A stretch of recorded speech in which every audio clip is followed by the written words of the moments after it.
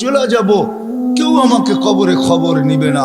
এইখানে বহুত লোক আছে যারা বৎসর পার হয়ে গেছে, বাপের কবরে একদিন দাঁড়ানোর সুযোগ হয় না। নাই? হ্যাঁ, বাংলাদেশে বহুত ছেলে আছে ঢাকা শহরে 2020-এ বাপ মারা গেছে করুণায়, কবর চিনে না, কবরস্থান চিনে, কবর চিনে না, অথবা কবরস্থানও চিনে না। কবর চিনবে তো চিনবে কোত্থেকে?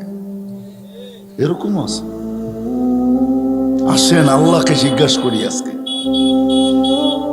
যে আল্লাহ, ওইখানে আমি গেনার হব কিভাবে?